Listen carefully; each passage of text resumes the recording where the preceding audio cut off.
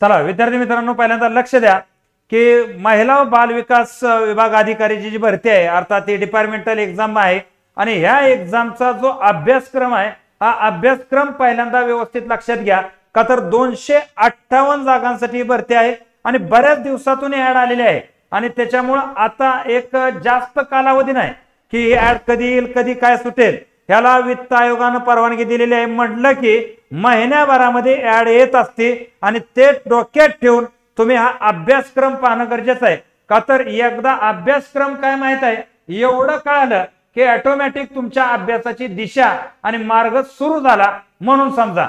तर बघा हा जो अभ्यासक्रम आहे ह्याला आपण पाहतो 400 मार्काची परीक्षा असेल, 50 मार्काची मुलाखत आहे. काय 400 मार्काची लेखी परीक्षा आहे. ह्याला पेपर 1 आणि पेपर 2 अशा प्रकारे 2 पेपर आहेत. पेपर 1 हा 100 मार्काचा 100 प्रश्नाचा 200 गुणाचा, पेपर 2 हा सुद्धा 100 प्रश्नाचा 200 गुणाचा आणि हे सगळे ऑब्जेक्टिव्ह असणार आहे आणि याला 1/4 जे आहे ते निगेटिव्ह सिस्टीम सुद्धा आहे. आता यामध्ये डिटेल नेमकं काय आहे त्या डिटेल्स गोष्टींचा थोडक्यात अभ्यास करूयात. वही पेन घेऊन बसा म्हणजे तुम्हाला लक्षात येईल. किंवा या अभ्यासक्रमाची पीडीएफ पाहिजे असेल तर डिस्क्रिप्शन मध्ये जो टेलिग्रामची लिंक दिलेली आहे त्याला टेलिग्राम चॅनलला जॉईन करा. इथं तुम्हाला या अभ्यासाची पीडीएफ किंवा इथून पुढे या परीक्षेचं सगळं अपडेट सुद्धा तिथंच प्राप्त होणार आहे. आता त्याच्याबरोबर एक गोष्ट अजून लक्षात घ्या की आता ही जी ऍडव्हर्टाइजमेंट येणार आहे या संदर्भात आपण बॅच सुरू केलेली आणि ह्या बॅच मध्ये मी तुम्हाला सांगतो बघा पेपर 1 जनरल एमपीएससीचा आहे. जनरल एमपीएससीची मोठी टीम आपल्याकडे आहे. पेपर 2 साठी जे तुमच्या कामाच्या संदर्भातलं जे अनुभव ज्ञान लागतंय त्या संदर्भात 7 आकडा लक्षात घ्या 7 सीडीपीओ अधिकारी हे तुम्हाला मार्गदर्शन इथं करणार आहेत. बॅच मध्ये गेल्यावर त्यांची नावं बिव सगळी समजतील. आता काय प्रोटोकॉल मुळे इथं त्यांची नावं मी तुम्हाला सांगत नाही, बरोबर आहे. हा मुद्दा लक्षात घेणं गरजेचं आहे. आता यामध्ये बॅच जॉईन करण्यासाठी जीएस बाय उत्तम गोरे हे प्ले स्टोअरचं ऍप्लिकेशन डाउनलोड करा किंवा यापैकी कोणत्या एका नंबरवरती कॉल करा. खाली डिस्क्रिप्शन मध्ये ऍपची लिंक सहित आपण टाकून दिलेली आहे. आता सिलेबसचा मुद्दा व्यवस्थितरित्या बघूयात. पेपर 1 मध्ये नेमकं काय बघा आणि याचं वेटेज पण तुम्हाला सांगतो कशा कशा प्रकारे राहतं. पेपर 1 मध्ये 100 जे प्रश्न आहेत ह्या 100 प्रश्नामध्ये मराठी आहे. आता सर्वसामान्य मराठी व्याकरणासहित शब्द संग्रह हे जनरल सगळ्या एक्झाम साठी जे मराठी लागतं ते मराठी इथं आहे. पेपर दुसरा जो घटक आहे तो आहे इंग्रजी, जे सर्वसामान्य परीक्षेसाठी इंग्रजी ग्रामर बरोबर इंग्रजी व्होकॅब्युलरी जी लागते ती सगळे तुम्हाला इथं करायचीच आहे. तिसरा घटक यातला सामान्य ज्ञान आहे. त्यामध्ये इतिहास आहे, महाराष्ट्राचा भूगोल आहे, महाराष्ट्राचा इतिहास महाराष्ट्राचा भूगोल, गणित आहे, बुद्धिमत्ता आहे, चालू घडामोडी हा देखील मुद्दा इथं आहे. आता यातला जो 4था घटक आहे हा 4था घटक आहे की शासनाच्या संबंधित कायदे. त्यामध्ये माहिती अधिकार अधिनियम 2005 हा एक कायदा आहे. त्याच्याबरोबर महाराष्ट्र राज्य लोकसेवा अधिनियम 2001 हा सुद्धा कायदा आहे. महाराष्ट्र लोकसेवा हक्क अधिनियम 2015 हा सुद्धा कायदा आहे.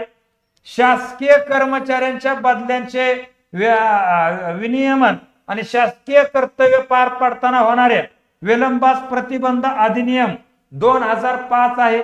शासनाच्या विधी विषयक कामकाज चालवण्याची नियमावली 1984 सुद्धा आहे. राज्य महिला आयोग, महिला आर्थिक विकास महामंडळ, त्याच्याबरोबर मानवी हक्क आयोग, राज्य बाल हक्क संरक्षण आयोग. आता ह्यामध्ये जर तुम्ही पाहायचं झालं तर हे 4 घटक आहेत. कोणते? ह्या 4 घटकाचा जर मुद्दा आपण पाहायचा झाला ह्यामध्ये मराठी, इंग्रजी, त्यानंतर आपण पाहतो सामान्य ज्ञान आणि कायदे. अर्थात यावरती 100 प्रश्न आहेत. कायद्यामध्ये एवढे सगळे कायदे अर्थात ह्याचं वेटेज 25 25 25 अशा प्रश्नाचं मॅक्सिमम राहू शकतं. यामध्ये चेंजेस सुद्धा पॉसिबल आहेत. कधी कधी मराठी कमी जास्त मार्काला विचारलं जाईल, कायदे जास्त मार्काला विचारले जाईल.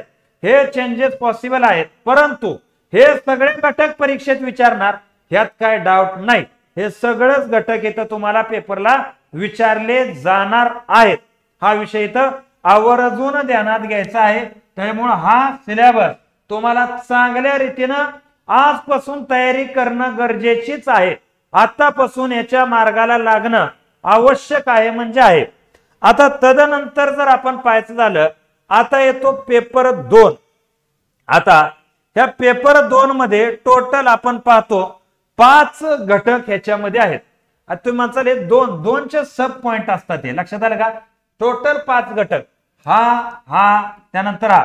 आता 5 घटक म्हणजे 20 प्रश्न एका घटकावर अपेक्षित आहेत, पण मागे पुढे होण्याची दाट शक्यता। यामध्ये पहिला मुद्दा म्हणजे भारताचे संविधान। काय जे आपण पॉलिटीचा अभ्यास म्हणतो, हा पॉलिटीचा अभ्यास इथं करावा लागेल, राज्यघटनेचा अभ्यास इथं करावा लागेल। संविधानामध्ये सेवा विषयक बाबी आणि शिक्षणाच्या संदर्भातली कलम हे आवर्जून तुम्हाला तिथं करायचे। संसदेची रचना, विधिमंडळाचं कामकाज, विधी विषयक समित्या, हे महत्वाचे टार्गेट ओरिएंटेड पॉइंट करायचे, म्हणजे अख्खी पॉलिटी करण्याची इथं गरज नाही। महत्वाचे भाग आहेत ते करावे लागणार। आता त्यानंतर आहे घटक नंबर 2। आता घटक नंबर 2 चा जर आपण विचार केला तर महाराष्ट्र नागरिक सेवा अटी शर्ती 1981 जे आहे त्याच्यामध्ये तोच सेवा शर्तीमधले जे शिस्त आणि अपीलच्या संदर्भातला कायदा, वर्तवणुकीच्या संदर्भातले नियम, पदग्रहण अवधी, स्वेत्तर सेवा, निलंबन काळातील नियम, त्यानंतर रजा नियम, वेतन नियम, निवृत्ती वेतन नियम, महाराष्ट्र ज्याला म्हणजे बघा डिपार्टमेंट मध्ये ह्या गोष्टी तुम्हाला माहित असणं गरजेचं आहे। ज्या डिपार्टमेंट मध्ये आपल्याला जॉब करायचे आहेत, कुठल्याही डिपार्टमेंट मध्ये महाराष्ट्रातले जॉब करा, कामगारासाठी महाराष्ट्रातला जो कामगार आहे, आता कामगारच म्हणा, नागरी सेवा म्हणजे कामगारच ना शासनाचा, त्या कामगाराला जे जे काय नियम लागू आहेत त्या नियमाचा अभ्यास करणं आपल्याला अत्यंत आवश्यक आहे। त्याच्याबरोबर आपण पाहतो प्रवास भत्ता नियम, विभागीय चौकशी नियम पुस्तिका, तर अशा प्रकारचे मुद्दे इथं तुम्हाला अभ्यासायचे आहेत। तदनंतर आहे महिला व बाल विकास विभागाअंतर्गत अंमलबजावणी करण्यात येत असलेले कायदे, जे की तुम्हाला आता जॉब करताना सुद्धा या गोष्टी माहित आहेत, परंतु याला व्यवस्थितरित्या अभ्यासाच्या फॉर्मॅट मध्ये आणायचं आहे। त्याच्यामुळे मी काय म्हणलं की आपल्याकडे जे शिकवा येणारी लोक आहेत ते या डिपार्टमेंट मधून काम करणारी लोक आहेत। कारणच काय त्याचं का तर त्यांच्या एवढं डिटेल मध्ये म्हणजे शिकवायला सांगायला जमत, परंतु एकंदरीत जो प्रॅक्टिकल अनुभव आहे आणि त्यातून शिकवणं आणि त्यातून तुमच्यापर्यंत पोहोचणं, ही जी गोष्ट आहे ही गोष्ट कोणालाही सहज तितकी पॉसिबल होत नसते।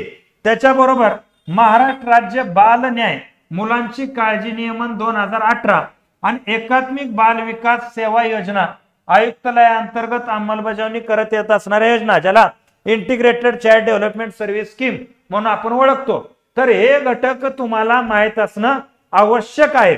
आता लक्षात घ्या, ह्याच्यासाठी प्रॉपर असं कोणतंही महाराष्ट्रातलं पुस्तक नाही, प्रत्येक कायद्याचा स्वतंत्र सेपरेट अभ्यास तुम्हाला करावा लागतो आणि या ठिकाणी हा अभ्यास योग्य मार्गाने झाला तर रिझल्ट मध्ये आपलं नाव सुद्धा नक्कीच प्रकारे येतो। आणि म्हणून रिझल्ट येण्यासाठी आवश्यक आहे योग्य मार्गाची सुरुवात करणं, आणि त्यासाठी योग्य मार्ग हा आहे की इथं हे जे आपलं ऍप आहे, हा जो आपला टेलिग्राम आहे, हे आपलं इंस्टाग्राम आहे, हे व्यवस्थित चित्र बघून घ्या। हे सगळं तुम्हाला काय करायचंय, जॉईन करून घ्यायचं आहे। चालेल, मी म्हणतोय ते तुमच्या लक्षात आलेलं असावं। आणि परत एकदा मी तुम्हाला बॅच बद्दल सांगतो की यामध्ये जवळजवळ तुम्हाला 20 मॉक टेस्ट, सगळी lecture live plus recorded, PYQ पेपरचं विश्लेषण हे दररोज तुमच्या टायमिंग नुसार करून देण्यात येईल। चालेल, हे लक्षात आलं असेल अशी अपेक्षा करतो आणि इथं थांबतो। जय हिंद, जय महाराष्ट्र।